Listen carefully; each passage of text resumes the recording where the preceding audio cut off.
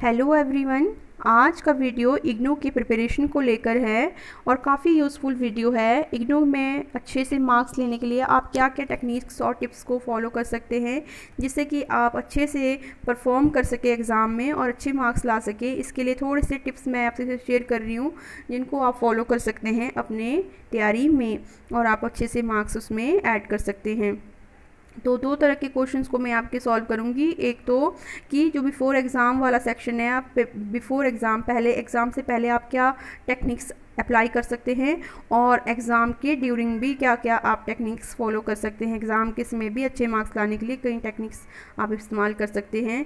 तो इससे पहले कि हम वीडियो स्टार्ट करें, आपसे एक रिक्वेस्ट करती हूँ कि प्लीज़ चैनल को सब्सक्राइब करें। सवितास ट्यूटोरियल्स को ऐसे ही इंफॉर्मेटिव और अच्छे वीडियोज़ के लिए सब्सक्राइब करके रखें ताकि मैं आपके लिए अच्छे अच्छे वीडियोज़ बना सकूँ। तो लेट्स स्टार्ट कि क्या क्या कर सकते हैं आप। और ये टेक्निक्स मेरी अपनी अप्लाई की हुई है और बहुत ही मतलब सिंपल सी टेक्निक्स है बट इससे काफ़ी इफ़ेक्ट पड़ता है। सबसे पहले तो आपको अच्छे से तैयारी करनी चाहिए, पूरी थॉरोली बुक्स की स्टडी करनी चाहिए। अगर आपको बुक्स आप स्टडी कर लेते हो फिर भी आपको ये टेक्निक्स अप्लाई करनी चाहिए और अगर आपने बुक्स की पूरी थॉरोली स्टडी करने का टाइम नहीं मिला है फिर भी आप इनको अप्लाई कर सकते हैं। तो देखते हैं क्या है। Search to at least 2 previous year question paper. तो 2-3 क्वेश्चन पेपर्स की आपने जो प्रीवियस ईयर्स की है पहले की, चाहे जून सेक्शन है चाहे दिसंबर है, उनके आपने क्वेश्चन पेपर लेने हैं, उनको जो है देखना है।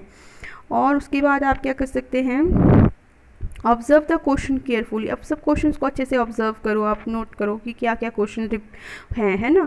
उसके बाद आप इन क्वेश्चंस में से वो वाले क्वेश्चन चूज़ करो जो आपके रिपीट हो रहे हैं एग्ज़ाम में। हर एग्ज़ाम में जो क्वेश्चंस रिपीट हो रहे हैं दिसंबर सेक्शन में, जून सेक्शन में, उनको आप अच्छे से जो है नोट डाउन कर लो, चूज़ कर लो उनको, है ना। फर्स्ट आपने सर्च करने हैं क्वेश्चन पेपर, देन ऑब्ज़र्व करना है अच्छे से उन क्वेश्चन पेपर को एंड देन उनको नोट डाउन करना है, चूज़ आउट करना है कौन कौन से क्वेश्चन जो रिपीट हो रहे हैं उनको। जो क्वेश्चन हमेशा रिपीट होते हैं उनको ही आपने अलग से निकाल के ले लेना है, आपको नोट कर लेना है उन क्वेश्चंस को। अब क्या करना है, जो क्वेश्चन आपने निकाले हैं उन क्वेश्चन को अच्छे से एग्जाम्पल के साथ, डायग्राम या पिक्चर पॉसिबल है तो उनके साथ आप उसकी तैयारी करो, उसके नोट्स बना लो, है ना। उसकी तैयारी कर सकते हैं आप। और क्या कर सकते हैं आप, give some time to observe the questions in guess papers and sample papers. इसके अलावा जो आप प्रीवियस ईयर के क्वेश्चंस की तैयारी कर रहे हैं उसके अलावा आप जो आपकी बुक्स है, इग्नू की बुक्स है, उसके जो बैक में पीछे आपके ज़रूर सैम्पल पेपर या गेस्ट पेपर दिए होंगे।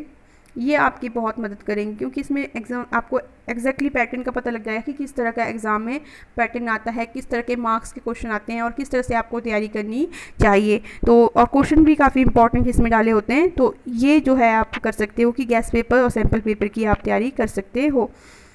और जो है आपको वैसे नोट्स बनाने चाहिए, अगर नहीं बना सकते हैं आप तो कम से कम एटलीस्ट फॉर हेडिंग एंड सब हेडिंग एंड इम्पॉर्टेंट डेट्स की आपको जो है नोट्स बनानी चाहिए। If possible make notes at least for heading and सब हेडिंग और फॉर इम्पॉर्टेंट डेट्स।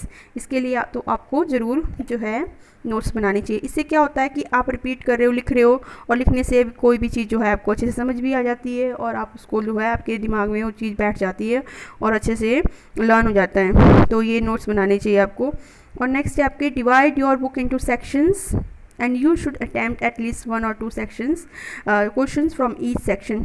जैसे कि ये सबसे इम्पॉर्टेंट मुझे लगता है, अगर कोई थॉरोली स्टडी कर रहा है फिर भी ये आपको अप्लाई करना चाहिए और अदरवाइज़ भी ऐसे अप्लाई करना चाहिए। जैसे कि आपकी बुक है, अब इसको आप सेक्शंस में डिवाइड कर दो, इसको आप सेक्शंस में डिवाइड कर दो। तो जैसे कि ऐसा करते हैं बच्चे कि स्टूडेंट्स ऐसा करते हैं कि यहाँ से 5 लेसन कर लिए, पूरे के पूरे 6 लेसन कर लिए, है ना, या 2-3 लेसन कर लिए और फिर थक जाते हैं, टाइम नहीं रहता है तो ये वाला छोड़ देते हैं। ऐसा नहीं करना है, आपने अपने बुक को जो हमेशा है सेक्शंस में डिवाइड करो। जैसे कि 3-4-5 लेसन आपके शुरू के आते हैं, इसमें से 2-3 क्वेश्चन आते हैं एग्ज़ाम में, तो इसमें से 2-3 क्वेश्चन इंपॉर्टेंट पकड़ो आप, या 5-6 क्वेश्चन पकड़ो, उसमें 2-3 तो आ ही जाएंगे।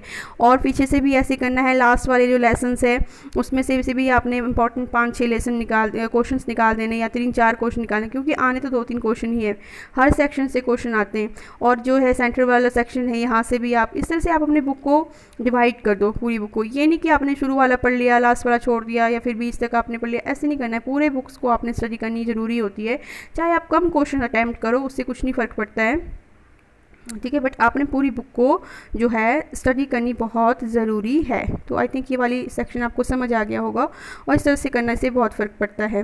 तो ये तो सेक्शन थे आपके, ये सारे जो है टिप्स थे आपके, आप जो है एग्ज़ाम से पहले अप्लाई कर सकते हैं। अब कुछ टिप्स हैं जो आप एग्ज़ाम के ड्यूरिंग भी अप्लाई कर सकते हैं और अच्छे मार्क्स में आपको काफ़ी हेल्प करेंगे।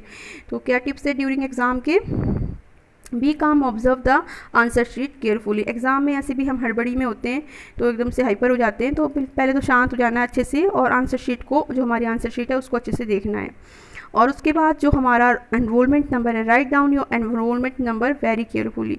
अपने एनरोलमेंट नंबर को बहुत आराम से, ध्यान से, अच्छे से लिखना होता है, उसमें कोई मिस्टेक नहीं करनी है। नेक्स्ट है observe the question paper carefully, mark down the question you are finding easy to attempt.